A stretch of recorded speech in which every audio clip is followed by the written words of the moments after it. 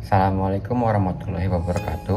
Perkenalkan, nama saya Ridif Elhida dari kelas 3O Manajemen SDM dengan NPM 120020464. Nah, di video kali ini saya akan memaparkan materi ke-15 yang berjudul Implementasi Kinerja dalam Manajemen SDM. Nah, langsung saja kita simak video yang selesai ya. Nah, yang pertama ada tingkat kinerja. Yang pertama, ada kinerja organisasi. Pencapaian hasil pada tingkat atau unit analisis organisasi. Kinerja pada tingkat organisasi ini terkait tujuan organisasi, rancangan organisasi, dan manajemen organisasi. Lalu yang kedua ada kinerja proses. Kinerja pada proses tahapan dalam menghasilkan produk atau pelayanan. Ini dipengaruhi tujuan proses, rancangan proses, dan manajemen proses. Lalu yang terakhir yaitu kinerja individu atau pekerjaan. Pencapaian efektivitas pada tingkat pegawai atau pekerjaan. Ini dipengaruhi tujuan pekerjaan, rancangan pekerjaan, dan manajemen pekerjaan, serta karakteristik individu. Rumer dan Brecht tahun 1995. Nah, berikut adalah garis besar kategori arti kinerja.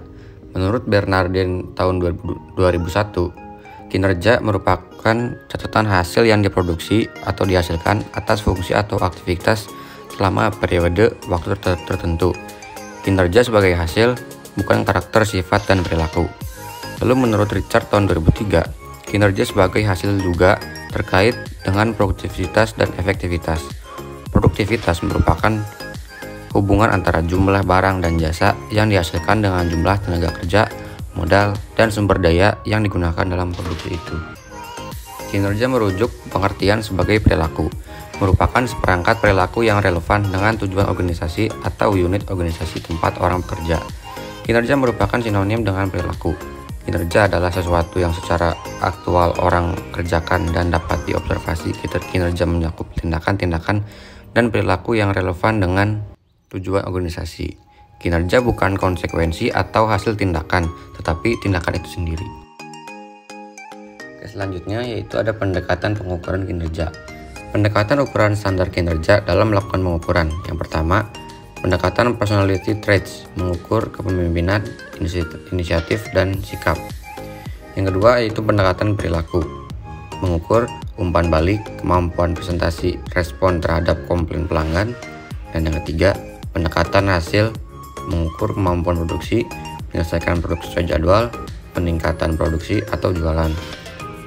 Lalu ada aspek pengukuran kinerja. Yang pertama, produktivitas, kualitas, ketepatan waktu, lalu putaran waktu. Yang kelima, penggunaan sumber daya, dan yang terakhir biaya.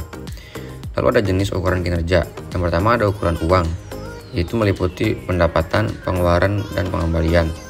Yang kedua yaitu ada ukuran upaya atau dampak, meliputi capaian sasaran, penyelesaian proyek, tingkat pelayan, kemampuan mempengaruhi. Lalu yang ketiga ada ukuran reaksi, meliputi penilaian rekan kerja, pelanggan, pemegang pekerjaan lainnya. Dan yang terakhir yaitu ukuran waktu, meliputi pelaksanaan kerja dibandingkan jadwal, batas akhir, kecepatan respon, dan jumlah sasaran. Lalu ada ukuran kinerja dalam dimensi kualitas. Yang pertama yaitu ada kehandalan, lalu ada daya tanggap, yang ketiga kompetensi, lalu akses, yang kelima kesopanan, lalu ada komunikasi, lalu kejujuran, keamanan, pengetahuan terhadap pelanggan, dan yang terakhir yaitu bukti. Oke, lanjut pembahasan selanjutnya yaitu ada definisi kinerja. Menurut Rue dan Biar, kinerja adalah pencapaian hasil. Menurut Interpiat, kinerja adalah terkait operasi, aktivitas program, dan misi organisasi. Menurut Murphy dan Cleveland, kinerja adalah kualitas perilaku yang berorientasi pada tugas dan pekerjaan. Menurut Stoner, kinerja adalah fungsi dari motivasi, kecakapan, dan persepsi peranan. Menurut Bernardin dan Russell, kinerja adalah pencatatan hasil-hasil yang diperoleh dari fungsi-fungsi pekerjaan atau kegiatan tertentu selama kurun waktu tertentu. Menurut Handoko, kinerja adalah proses di mana organisasi mengevaluasi atau menilai prestasi kerja karyawan. Dan yang terakhir itu menurut Gibson, kinerja adalah seseorang ditentukan oleh kemampuan dan motivasinya untuk melaksanakan pekerjaan. Lalu selanjutnya ada unsur yang terdapat dalam kinerja. Yang pertama itu hasil-hasil fungsi pekerjaan, dilanjut dengan faktor-faktor yang berpengaruh terhadap prestasi kerja pegawai, lalu ada pencapaian tujuan organisasi, lalu periode waktu tertentu, selanjutnya tidak melanggar hukum, dan yang terakhir yaitu sesuai dengan moral dan etika. Nah, di selanjutnya yaitu pekerjaan dan kinerja organisasi. Fungsi pekerjaan atau kegiatan yang terkait kinerja organisasi atau perusahaan.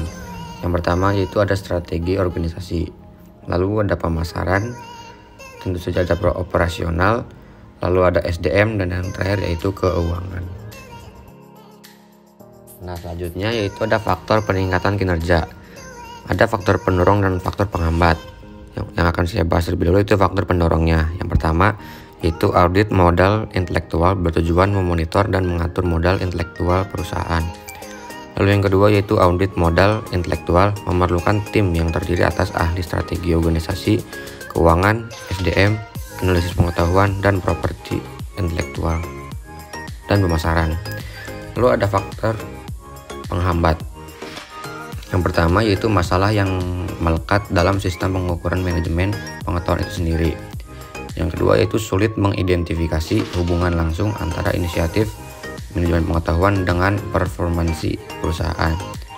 Yang ketiga yaitu manajemen biasanya meminta indikator kasat mata seperti dampak terhadap performansi, keuangan, dan operasional lainnya. Yang terakhir yaitu semakin beragam dan kompleksnya stakeholder atau pihak berkepentingan terhadap eksistensi perusahaan. Nah, mungkin cukup materi yang tadi sudah saya paparkan. Mudah-mudahan teman-teman semua bisa bermanfaat buat teman-teman semua dan bisa menambah wawasan buat teman-teman semua. Oke, mungkin cukup sekian. Kurang lebih yang mohon maaf. Kritik dan saran dapat saya terima. Wassalamualaikum warahmatullahi wabarakatuh.